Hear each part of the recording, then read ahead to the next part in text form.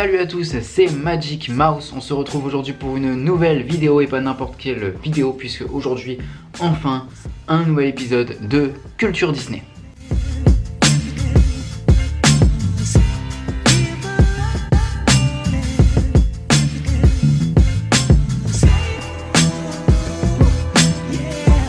Et oui, vous étiez forcément obligé d'y passer un jour ou l'autre, vous vous en doutez. Aujourd'hui, on va parler de la Reine des Neiges. Voilà, vous ne pouviez pas y échapper, hein. Que vous aimiez ou non Libéré Délivré, vous étiez obligé de passer par là. C'était obligatoire, hein. En même temps, c'est quand même l'un des plus gros succès de Disney.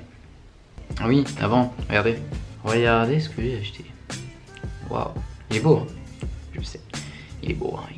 Voilà, il est magnifique, magnifique. Bref, on va arrêter. Le thème, c'est la Reine des Neiges, hein. Et comme vous pouvez le remarquer, je suis dans la chambre de Zoé, pas dans la mienne, parce qu'en ce moment c'est les vacances et je suis beaucoup chez Zoé. Donc voilà. Je suis pas... Non, il n'y a pas mon décor. Ah, la Reine des Neiges. Comment passer à côté de ce film? C'est impossible, étant donné que c'est le plus gros succès pour un film d'animation depuis Toy Story 3. Bon, ne brûlons pas les étapes et commençons aux origines. À la base des bases, La Reine des Neiges est un conte de Hans Christian Andersen.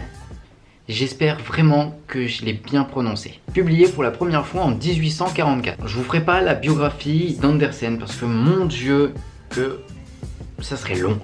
Ça serait beaucoup trop long. Et bref, c'est un culture Disney, on va pas faire une biographie d'Andersen. On est là pour parler de la Reine des Neiges. A savoir que Walt Disney était un grand fan des écrits d'Andersen. Il a par ailleurs adapté Le Vilain Petit Canard dans un Silly Symphony.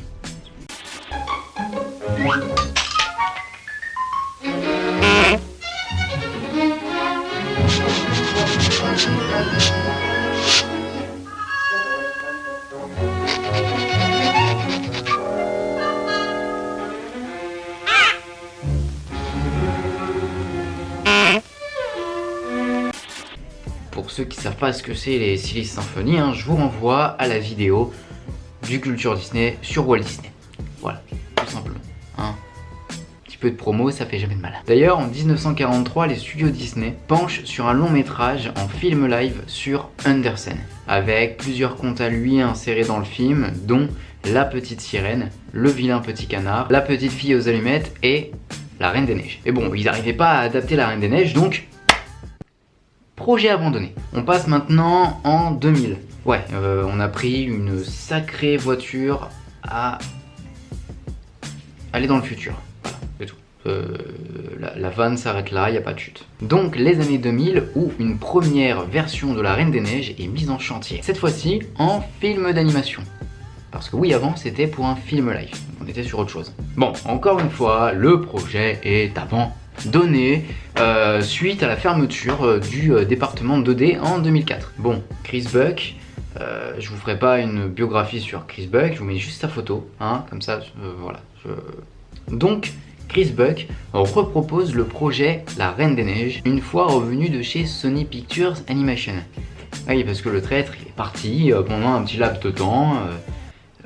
Alors, je sais plus quel film il a fait, mais c'était pas top. Non, c'était pas top.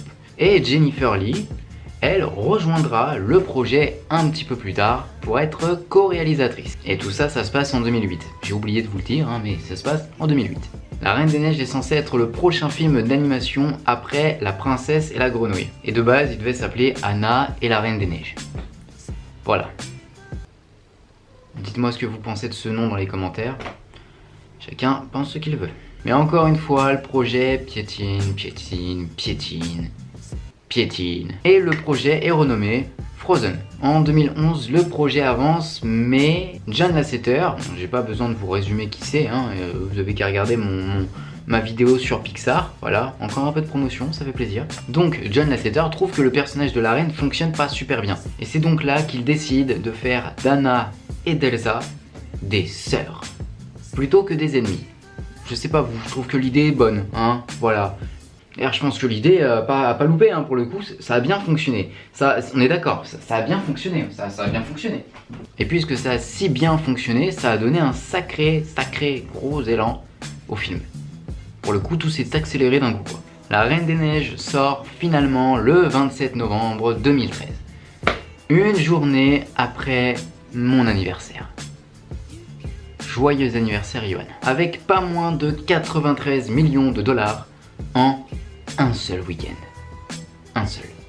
Le film devient alors le plus gros succès des studios Disney, mais de manière très rapide. À titre de comparaison, Réponse avait rapporté lui 68,5 millions de dollars à la même période. Le film met tout le monde d'accord, mais genre vraiment tout le monde.